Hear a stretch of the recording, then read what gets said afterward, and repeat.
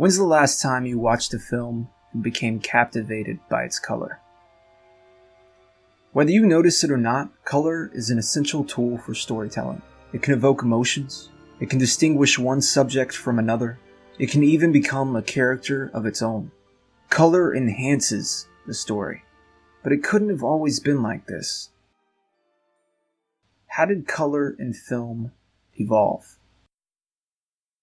An interest in adding color to cinema began on the eve of the 20th century. Early attempts were made through the process of hand-painting the individual frames of a film strip.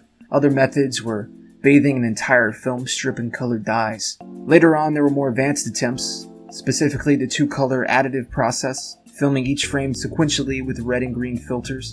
But alas, these attempts were futile compared to what was to come next. In 1932, Herbert Kalmus's Technicolor would revolutionize the film industry. In the previous decade, the company had already made attempts to create colored films with its two-color subtractive process. However, the transition from black and white to colored films wasn't successful until the introduction of the three-strip camera in 1932. Thanks to this new invention, the 1930s would become the golden age of color. It was in this period that the industry began to realize color's importance.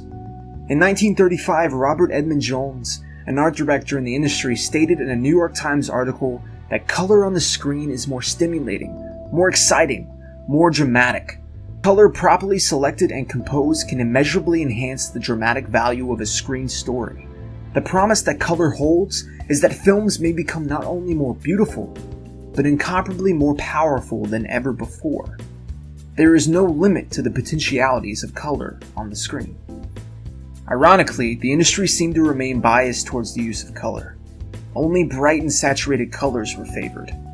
In the early phases, these colors were reserved for genres that were not particularly realistic, such as musicals, epics, and fantasies. But it was Natalie Kalmus's published theory of color consciousness that argued against this bias.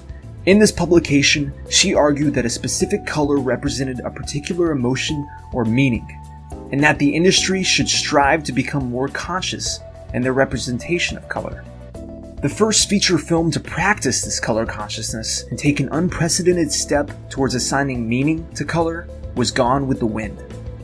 William Cameron Menzies, the film's art director, would go on to win an Oscar for his use of color for the enhancement of dramatic mood. The steps made by Robert Edmond Jones, Natalie Kalmus, and William Cameron Menzies set an example for future generations. It was at this point that people realized color could successfully be used to represent meaning and emotion. It could subconsciously influence the psyche of audiences and enhance the experience of the story. These practices would go on to influence a lineage of colorful masterpieces. In 1947, the Supreme Court ruled that Technicolor was violating antitrust laws, allowing the market to open up for more competition. This initiated the extinction of Technicolor and the rise of Kodak's Eastman Color. Kodak's Eastman Color allowed color to be recorded to a single strip of film, and even though it could not capture the vibrant essence of color as Technicolor had, it proved to be more successful because it was cheaper and more accessible. A majority of the films made in the 1950s and virtually every film in the modern era is colored thanks in part to Kodak's Eastman Color processes.